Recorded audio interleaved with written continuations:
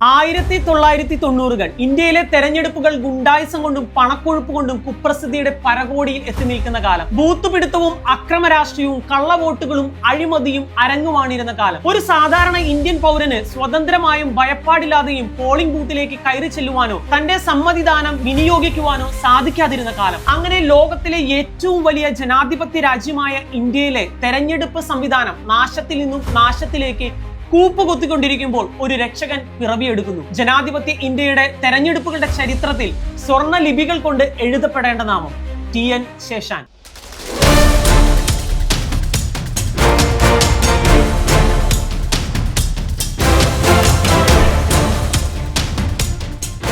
പ്രകൃതി തൊട്ടനുഗ്രഹിച്ച കാർഷിക കേരളത്തിന്റെ വിളനിലമായ പാലക്കാട് നിന്നും ഇന്ത്യൻ തിരഞ്ഞെടുപ്പ് സംവിധാനത്തെ വെട്ടിയൊരുക്കി വളമിട്ട് നനച്ചു വളർത്തി ജനാധിപത്യത്തിന്റെ വലിയൊരു വിളവെടുപ്പ് തന്നെ നടത്താൻ നിയോഗിക്കപ്പെട്ട ഇന്ത്യൻ തിരഞ്ഞെടുപ്പ് ചരിത്രത്തെ തനിക്ക് മുൻപും തനിക്ക് ശേഷവും എന്ന രീതിയിൽ രണ്ടായി കീറിമുറിച്ച ഇതിഹാസ നായകന്റെ കഥയാണ് ഇന്ന് 7 മിനിറ്റ് സ്റ്റോറിയിൽ ഉൾപ്പെടുത്തിയിരിക്കുന്നത്.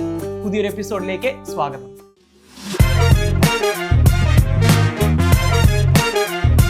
തിരുനെല്ലായി നാരായണ അയ്യർ ശേഷാൻ എന്ന TN ശേഷാൻ ജനിക്കുന്നത് 1932 ഡിസംബർ 15 പാലക്കാട് ഒരു തമിഴ് ബ്രാഹ്മണ കുടുംബത്തിലാണ്. അച്ഛനൊരു അധ്യാപകനും വക്കീലും ഒക്കെ ആയിരുന്നുകൊണ്ട് തന്നെ കൃത്യമായ ശിക്ഷണത്തിലും അച്ചടക്കത്തിലുമാണ് ശേഷാൻ തന്റെ ബാല്യകാലം ചെലവഴിച്ചത്. പാലക്കാടുള്ള ബാസിൽ ഇവാഞ്ചലിക്കൽ എന്ന വിദ്യാലയത്തിൽ നിന്നുമാണ് അദ്ദേഹം പ്രാഥമിക വിദ്യാഭ്യാസം നേടിയത്. പിന്നീട് മദ്രാസ് ക്രിസ്ത്യൻ കോളേജിൽ നിന്നും ഫിസിക്സിൽ ബിരുദവും കരസ്ഥമാക്കി.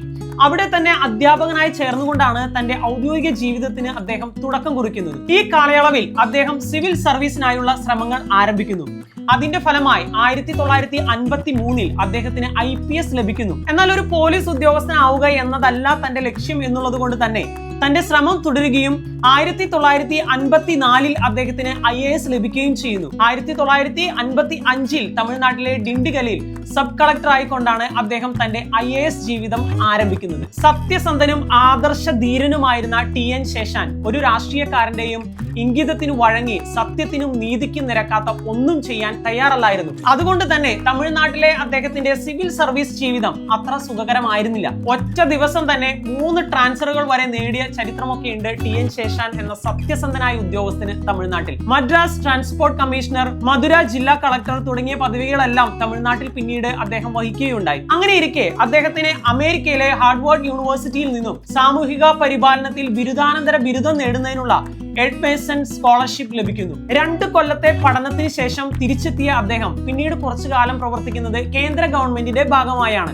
ആണവോർജ മന്ത്രാലയത്തിന്റെ ഡയറക്ടർ, ബഹിരാകാശ മന്ത്രാലയത്തിലെ ജോയിന്റ് സെക്രട്ടറി തുടങ്ങിയ പദവികളെല്ലാം കേന്ദ്രത്തിൽ വഹിക്കുകയുണ്ടായി. പിന്നീട് വീണ്ടും തമിഴ്നാട്ടിൽ തിരിച്ചു നിയമിതനായ അദ്ദേഹം വ്യവസായ വകുപ്പിന്റെയും കൃഷി വകുപ്പിന്റെയും സെക്രട്ടറി പദവികൾ വഹിക്കുകയുണ്ടായി. എന്നാൽ തമിഴ്നാട്ടിൽ വീണ്ടും അദ്ദേഹത്തെ കാത്തിരുന്നത് രാഷ്ട്രീയക്കാരുമായുള്ള മറ്റൊരു യുദ്ധമായിരുന്നു. അവസാന മുഖ്യമന്ത്രിയായിരുന്ന കരുണാനിധിയുമായി തെറ്റിപ്പിരിഞ്ഞ് തമിഴ്നാട്ടിലെ തന്റെ പദവികളെല്ലാം രാജിവെക്കേണ്ടി വന്നു അദ്ദേഹത്തിന്. പിന്നീട് ഡൽഹിയിൽ തിരിച്ചെത്തിയ ശേഷാൻ oil and natural gas commission അംഗം, ബഹിരാകാശ മന്ത്രാലയത്തിന്റെ അഡീഷണൽ സെക്രട്ടറി, പരിസ്ഥിതി വനം വകുപ്പിന്റെ സെക്രട്ടറി എന്നീ സ്ഥാനങ്ങളും വഹിക്കുകയുണ്ടായി. പരിസ്ഥിതി മന്ത്രാലയത്തിൽ അദ്ദേഹം തെഹരി അണക്കെട്ടിനും നർമ്മദയിലെ സർദാർ സരോവർ അണക്കെട്ടിനും അനുമതി നിഷേധിച്ചത് അക്കാലത്ത് വലിയ വാർത്തയായിരുന്നു. അദ്ദേഹത്തിന്റെ എതിർപ്പിന് വകവയ്ക്കാതെ ഗവൺമെന്റ് ഈ പദ്ധതികളുമായി മുന്നോട്ട് പോയെങ്കിലും ചില കാര്യങ്ങളിലെല്ലാം അദ്ദേഹത്തിന്റെ നിർദ്ദേശങ്ങൾ അന്നത്തെ കേന്ദ്ര ഗവൺമെന്റ് അംഗീകരിക്കുകയും അതിനനുസരിച്ചുള്ള മാറ്റങ്ങൾ പദ്ധതികൾ വരുത്തുകയും ചെയ്തു എന്നത് ശ്രദ്ധേയമാണ്. പിന്നീട് രാജീവ് ഗാന്ധി പ്രധാനമന്ത്രി ആയിരിക്കുന്ന കാലത്ത് പ്രതിരോധ മന്ത്രാലയത്തിന്റെ സെക്രട്ടറി, ആഭ്യന്തര സുരക്ഷാ സെക്രട്ടറി, ഇന്ത്യൻ ക്യാബിനറ്റ് സെക്രട്ടറി, ആസൂത്രണ കമ്മീഷൻ അംഗം തുടങ്ങിയ പദവികളെല്ലാം അദ്ദേഹം വഹിക്കുകയുണ്ടായി. 1990 അദ്ദേഹം മുഖ്യ തെരഞ്ഞെടുപ്പ് കമ്മീഷണർ ആകുന്നത്.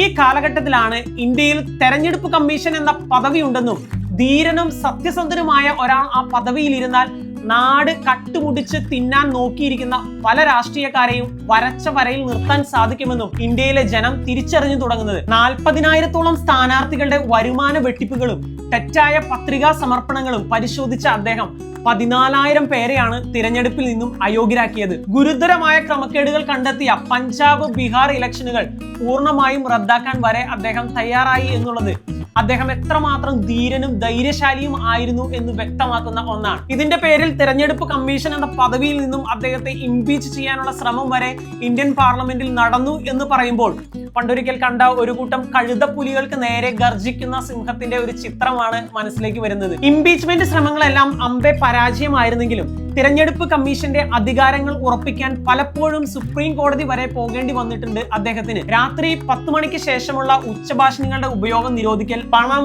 മദ്യം, മറ്റ് സൗജന്യങ്ങൾ നൽകിക്കൊണ്ട് വോട്ടർമാരെ സ്വാധീനിക്കുന്നത് തടയൽ, കള്ളവോട്ട് തടയുന്നതിനായി വോട്ടർ ID കാർഡ്, തെരഞ്ഞെടുപ്പ് പെരുമാറ്റച്ചട്ടം നിർബന്ധമാക്കൽ, സ്ഥാനാർത്ഥികളുടെ ചെലവുകൾക്ക് പരിധി നിശ്ചയിക്കൽ, തിരഞ്ഞെടുപ്പ് പ്രചാരണത്തിൽ സർക്കാരിന്റെ ഔദ്യോഗിക വാഹനങ്ങൾ ഉപയോഗിക്കുന്നത് തടയൽ, ജാതിമത സ്ഥാപനങ്ങൾ പ്രചാരണത്തിൽ ഇടപെടുന്നത് തടയൽ, തെരഞ്ഞെടുപ്പ് കമ്മീഷനെ ബാഹ്യ ഇടപെടലുകളിൽ നിന്നും മുക്തമാക്കൽ തുടങ്ങിയവയെല്ലാം TN ശേഷാൻ എന്ന പ്രഗത്ഭനായ ഇലക്ഷൻ കമ്മീഷന്റെ കാലത്തുണ്ടായ പരിഷ്കരണങ്ങളിൽ ചിലത് മാത്രം. ചുരുക്കി പറഞ്ഞാൽ ഇന്നത്തെ കാലത്ത് ഇലക്ഷൻ സമയങ്ങളിൽ നമ്മൾ കാണുന്ന പല കർശന നിയമങ്ങളും നടപടികളും TN ശേഷാൻ എന്ന ദീർഘദർശിനി വിഭാവന ചെയ്തതാണ് എന്ന് സാരം. അദ്ദേഹത്തിന്റെ ഇത്തരം കർശനമായ നടപടികൾ രാഷ്ട്രീയക്കാർക്കിടയിൽ ഒരുപാട് ശത്രുക്കളെ സൃഷ്ടിച്ചുവെങ്കിലും ജനങ്ങൾക്കിടയിൽ അദ്ദേഹം ഒരു ഹീറോ ആയിരുന്നു. 1996 ഡിസംബർ 11 അദ്ദേഹം ചീഫ് ഇലക്ഷൻ കമ്മീഷൻ പദവിയിൽ നിന്നും പടിയിറങ്ങുന്നത്. പിന്നീട് 1997 ശ്രീ KR നാരായണനെതിരെ ഇന്ത്യൻ പ്രസിഡന്റ് സ്ഥാനത്തേക്ക് മത്സരിച്ചെങ്കിലും പരാജയപ്പെട്ടു. അദ്ദേഹം കാഴ്ചവെച്ച സുദീർഘമായ സേവനത്തിനുള്ള അംഗീകാരമായി 1996 റമോൺ മാക്സെ അവാർഡും അദ്ദേഹത്തെ തേടിയെത്തുകയുണ്ടായി. 2019 നവംബർ 10 ചെന്നൈയിലെ തന്റെ വസതിയിൽ വെച്ചാണ് 86 വയസ്സിൽ അദ്ദേഹം നിര്യാതനായത്. നമ്മുടെ ഇന്ത്യ മഹാരാജ്യത്തിന്റെ 79ാം സ്വാതന്ത്ര്യ ദിനം ആഘോഷിക്കുന്ന ഈ വേളയിൽ നമ്മുടെ രാജ്യം നേരിടുന്ന ഏറ്റവും വലിയ വെല്ലുവിളി, ലോകത്തിലെ ഏറ്റവും വലിയ ജനാധിപത്യ രാജ്യമെന്ന് അഭിമാനപൂർവ്വം പറയുന്ന നമ്മുടെ രാജ്യത്തിന്റെ ജനാധിപത്യം തന്നെ അട്ടിമറിക്കപ്പെടുന്നു എന്നുള്ളതാണ്. അങ്ങനെ ഒരു സ്വാതന്ത്ര്യ ദിനത്തിൽ ആരുടെയും റബ്ബർ സ്റ്റാമ്പ് ആവാതിരുന്ന TN ശേഷാൻ എന്ന ഇലക്ഷൻ കമ്മീഷനെ ഓർക്കുക എന്നുള്ളത് അത്യന്താപേക്ഷിതമാണ്. മറ്റൊരു ചരിത്ര കഥയുമായി 7 മിനിറ്റ് സ്റ്റോറിയിൽ അടുത്ത ആഴ്ച വീണ്ടും കാണാം.